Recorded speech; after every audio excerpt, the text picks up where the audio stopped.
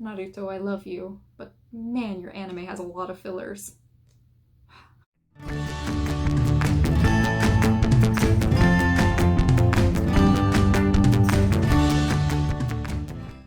Hi guys, and welcome back to my channel. If you're new here, hi, my name is Jordan.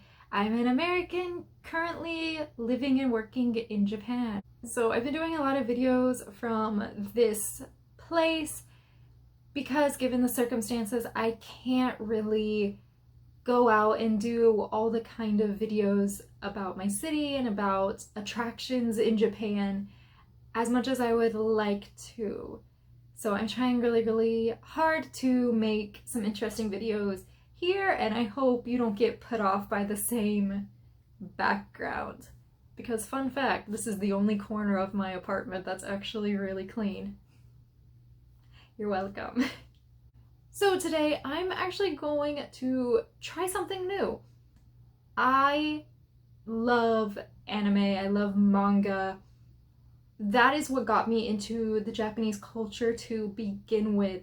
When I was really little, I used to watch Pokemon and Sailor Moon. I would watch Sailor Moon religiously. I would get up. My parents would wake me up at like 6 o'clock in the morning so I could watch Sailor Moon before I went to school.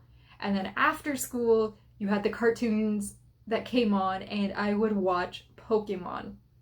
So those things are what got me into the Japanese culture when I was really little. And then obviously as I got older and I learned more about Japan, I started to love it for the actual history and the fashion culture and all the other things that I love Japan for. But today, we're gonna go back to my roots. Now, I'm hoping I can do a few videos on this. I classify myself proudly as an otaku. Fun fact, that's actually like how I started my first real conversation with my current partner. Their cell phone case was a basketball manga that I had started reading in college. I didn't finish it, but like I starkly remember it and I was like, oh my gosh, like you like sports manga or you like this manga. And then we started talking about other sports manga that we really like. So I am into a plethora of genres and things like that. So I wanted to do a video series about the things I really like, the current obsessions, I should say, of things that I really like. And today's first one is going to be about manga, particularly the manga I have up here on my shelf. These are not all the manga that I'm into. There's There's one more series that I actually need to buy. Lied, there is two. There's two more series that I actually need to buy to add to this. And a lot of these collections I'm not up to date on. Quick thing about manga in Japan. Usually manga are given out every month or bi-monthly in chapters. And you can go to the bookstore and buy these giant magazines that have a bunch of manga chapters, usually done by the same company. So for example, who do I have here? Let's do this one. So this is Hanato Yume Comics. For all the comics that are done by this company, every monthly or bi-monthly or however often a particular manga updates, the new chapter will be put into a like collection with other manga that are updating that month. That's really hard to explain. A manga book has about 5 to 6 chapters. There's multiple chapters. In the States, we only get them as books. We don't get the magazines. But this manga updates every month. but we don't see a new book every month. We see a new book every half a year, 6 months, 7 months, where they compile all the latest chapters into one book. So, in the magazines, these are not all from the same publisher, by the way, but in the magazine that comes out, it's like a chapter of this manga will be together with a chapter of this manga, together with a chapter of this manga, and like 3 more. So if you have a particular publisher that you really, really like that publishes all your favorite manga, you could just buy the magazine. They're really, really big though. So I just like to wait for the manga themselves, the manga books. I really hope that made sense. I'm so sorry if it didn't. But it's a different culture than what we're used to in the States, where we get like the very, very big manga titles like Boku no Hero or My Hero Academia, and Skip Beat I got in the States, Naruto, One Piece. We only get those in volumes in the books in the States. So it was really interesting coming to Japan and being like, what are these? They update monthly? What are these magazines? So I wanted to share that kind of cultural difference with you. I have a few manga that I want to talk about today. I love this corner of my room because it has all my geeky stuff and my Snoopy and all my manga. And down here are my video games and some more manga. But today I'm just going to talk about these guys up top. Why I love them and why I think you should also read them. 2 of them are definitely shoujo. I don't know about one, and I don't know what to classify the other one as. Shoujo is girls manga. They're made for girl readers. Anyone can read them, but they're made for girl readers. Let's start with this one, Skip Beat. All my manga are done in Japanese. I bought them in Japan, so they're in Japanese. Good reading practice, by the way. This is Skip Beat. I have been following this manga since junior high school, since middle school. And I think I posted 2 months ago on my Twitter that something that the fan base has been waiting for 4 years finally happened. And when I mean for years, I mean literally a freaking decade. I waited for this moment to happen. Skip Beat is the shoujo manga I was talking about. It is about a girl, Kyoko Mogami. Mogami Kyoko? I get mixed up which name comes first. I think it's Mogami Kyoko, the Japanese way. English way, Kyoko Mogami. This is her. And she becomes used, basically, by this boy she likes. She thought they were boyfriend and girlfriend. He uses her and basically makes her life a living nightmare.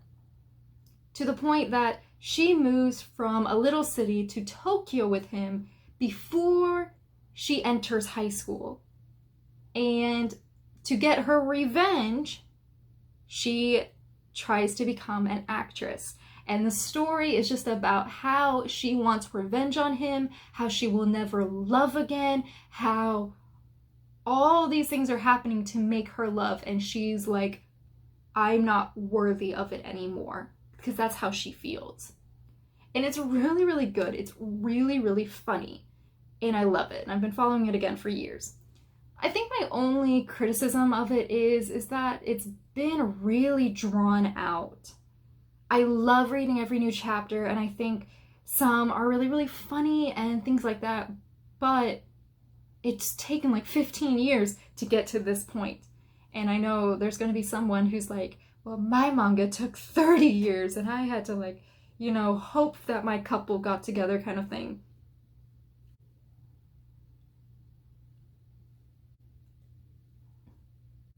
It's just how I feel, basically. Also, it does this thing where there's always a romantic aspect in this manga. But there was also this aspect of her trying to really become an actress and be good, and she has the ability to be good. Like, she's a natural kind of actress. And whereas in the beginning it was kind of like romance actress, like back and forth, and you got the feel of both. Recently it's been solely about the romance. Or when there is an aspect of her acting, it's always like connected to the romance, and I'm like, I wish the division was better, like it was in the very, very beginning. In my opinion, I still love this manga. I think all these things, and then when a new chapter comes out, I'm just like, we're getting it. Give it to me. Give it. As much as I love this manga, I only have this one volume. And when I get a little bit more spending money, I do want to add to all of these collections. I would love to get a whole new bookshelf just to add and complete all these collections. But this is it. This one has, how many chapters? This one has 5 chapters, and it's about 429 yen, which is less than $4 in USD. Which when I was buying these as a child, they were like $8 to translate and import. God. So that's been one of my long time standing ones. A manga I got into when I first came to Japan was this one, which is Love is Hard for an Otaku. And it's really, really cute. And I would be lying if I said I didn't really pick it up because man in glasses. I'm a sucker for those characters. Not gonna lie, I'm a sucker. This is a stereotypical manga size. This is a more popular size in recent manga publications. And it's really, really big comparatively. I love them both. Storyline's great. I'm gonna read. This manga, Love is Hard for an Otaku, is about these 2 characters with 4 other like couple characters that all have something otaku-ish about them. For example, she loves manga, and she loves reading manga, and she loves drawing manga and things like that, like obsessively. He loves video games and is really freaking good at them. They went to school together and they were friends, and he had a crush on her. Separated ways, went to college, whatever. Now they're business people. She works at her company. He comes to her company and she's just like, don't tell anyone. You better not tell anyone that I'm like totally into manga. You better not tell. And then that kind of leads the way to finding out that 2 other people who work at their company are also otakus in their own ways.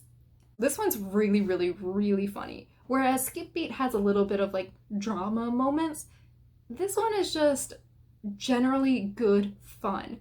Oh, I should also comment that they actually start dating. Like really early into the comic series, they start dating, and it's really, really, really cute. I love this manga because a lot of shoujo manga is about like lack of communication and oh, this drama and oh, I love him but I can't love him because we had this one inconvenience and stuff like that. This one is about 2 adults who actually talk about their problems, and when things are kind of awkward, it's because it's a conversation that anyone would be awkward having in real life. Like, she gives him a present and he is so overly happy about it, but he doesn't show his emotions well. So at first she thinks like, oh, was that too much? And he hugs her because he doesn't know how to express his emotions, kind of thing. And it's just really, really cute romance. It has so many funny aspects because of the characters, because the relationships of the characters, and things like that. I love. Also, can we just not Can we just look how cute she is with her pink hair and then him and his blue like aspects. I love it. I love this. This one I'm missing volumes 5 and 6. I don't know how I missed those volumes. I think I started from 1, 2, 3, like I think I started from the beginning and then a new one came out. I bought the new one, started to try to collect backwards and then couldn't remember which ones I had missing. So I need to buy 5 and 6. I don't think volume 9 is out yet. When that comes out, we're getting it. No, Spider-Man!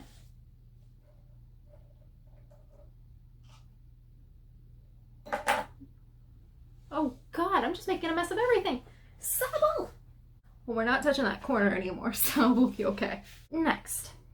This is a manga that I got into here as well recently, within the past year.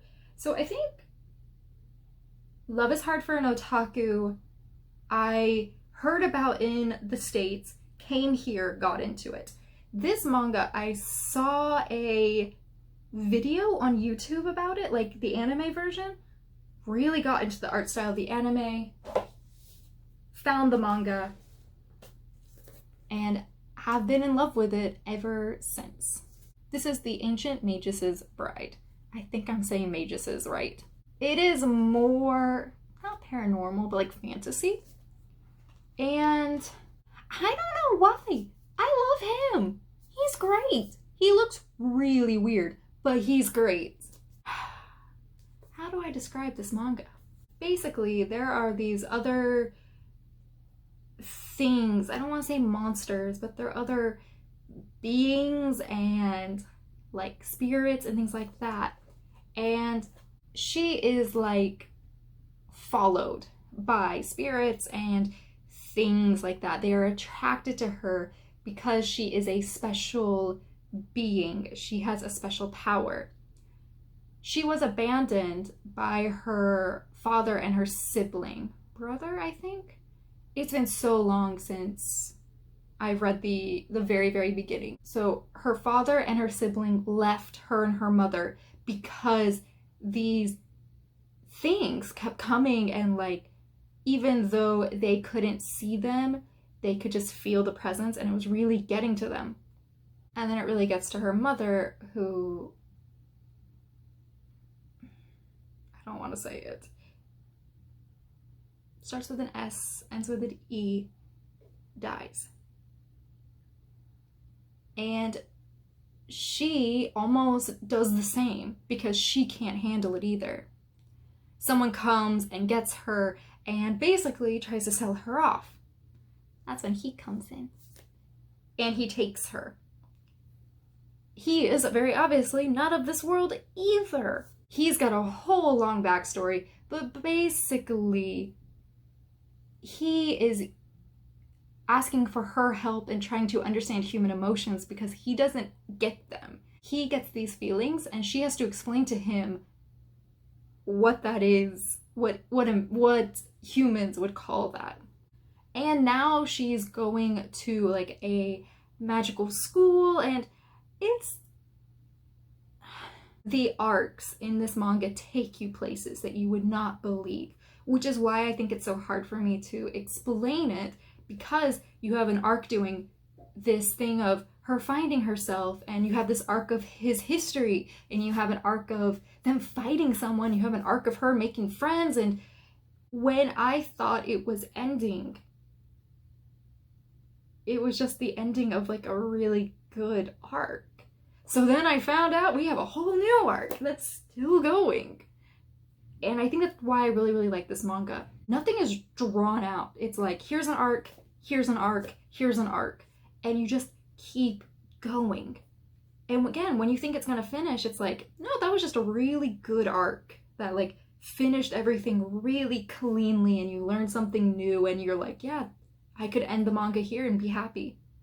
And then the mangaka's like, you might be done, but I'm not. And then they write a new one and you're like, I'm not done either. Remember that thing I said about me being an otaku? The art style is beautiful too. Sorry, I didn't show the art in the other ones, but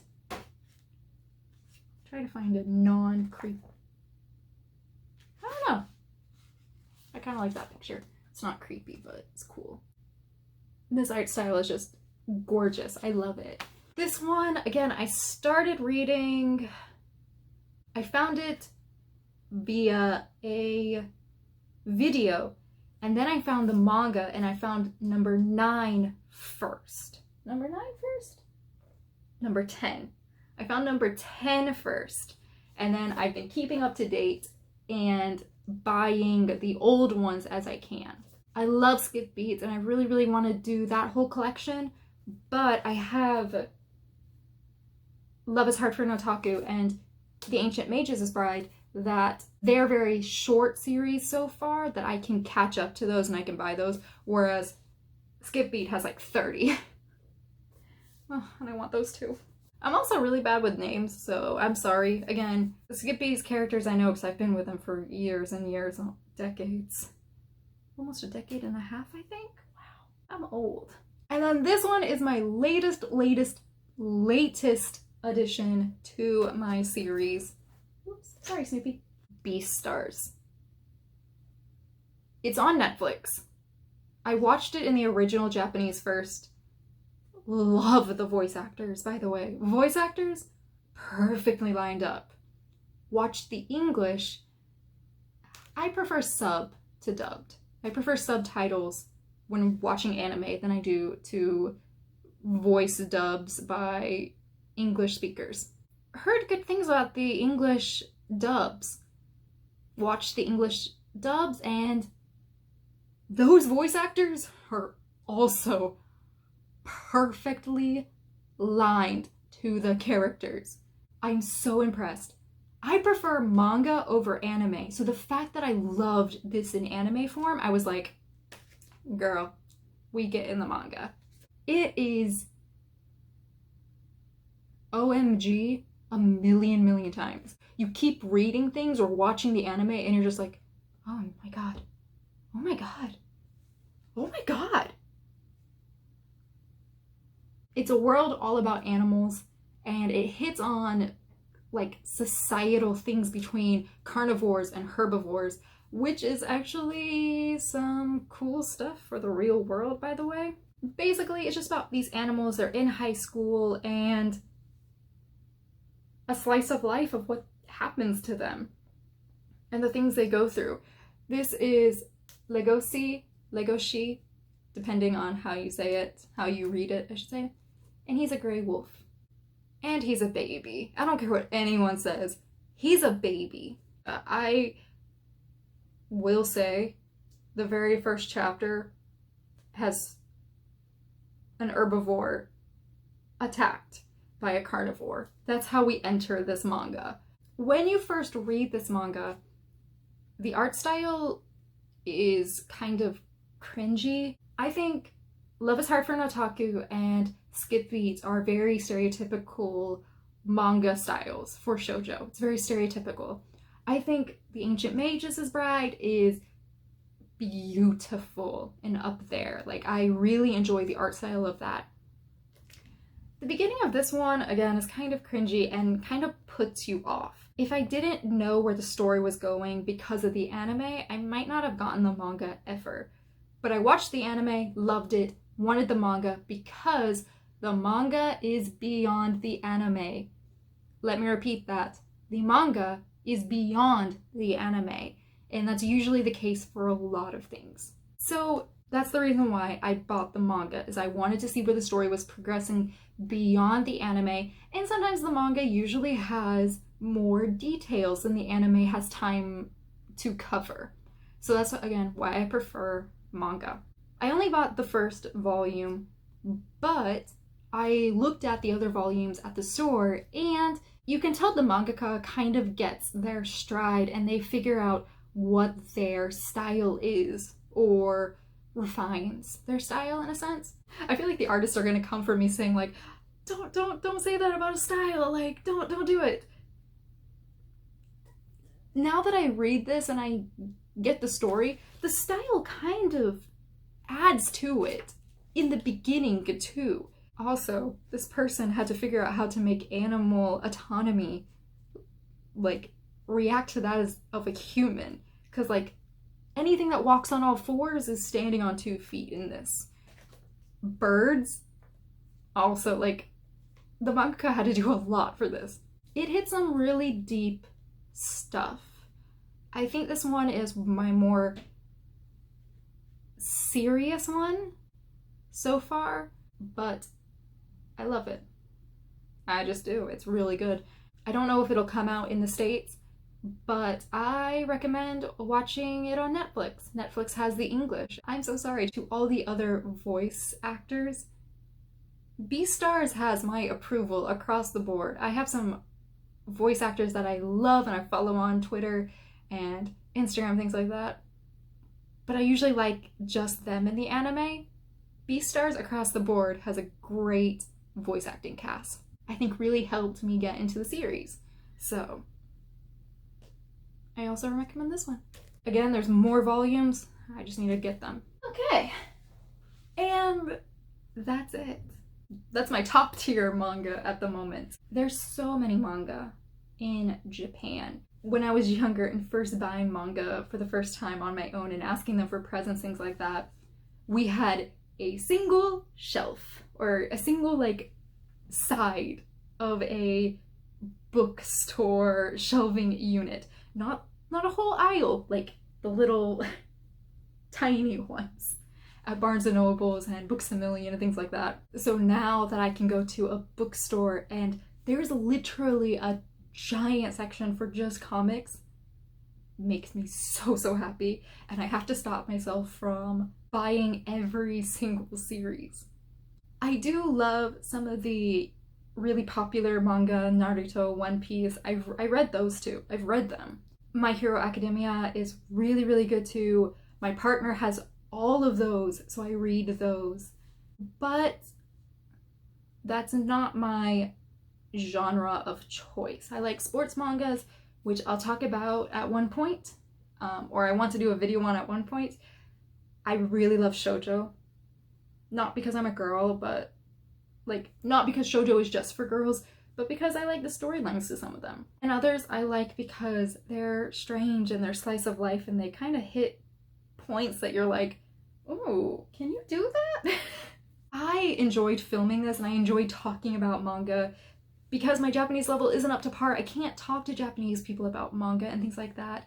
So it was really fun for me to talk to you guys about it. And I hope when I'm editing it, this video comes out as good as I'm hoping for it to be. But I think that's all I've got. Otherwise, I'm just gonna keep fangirling about this. Thank you guys so much for watching, seriously, and dealing with me and my obsession and fangirling about things that I don't usually get to fangirl about and be crazy over. If you liked this video, please don't forget to subscribe, like, and comment on either the mangas I talked about, what manga you want me to check out. I would love to do manga reviews. Heck, I would even do anime reviews if you would like. I want to make this a series, so if there's a particular aspect of things you want me to do, whether it's more manga, animes, games, I would love to do those. So just leave me some suggestions in the comments below. I would really appreciate that. That's it. Thank you guys so much for watching, and I will see you next time. Bye bye.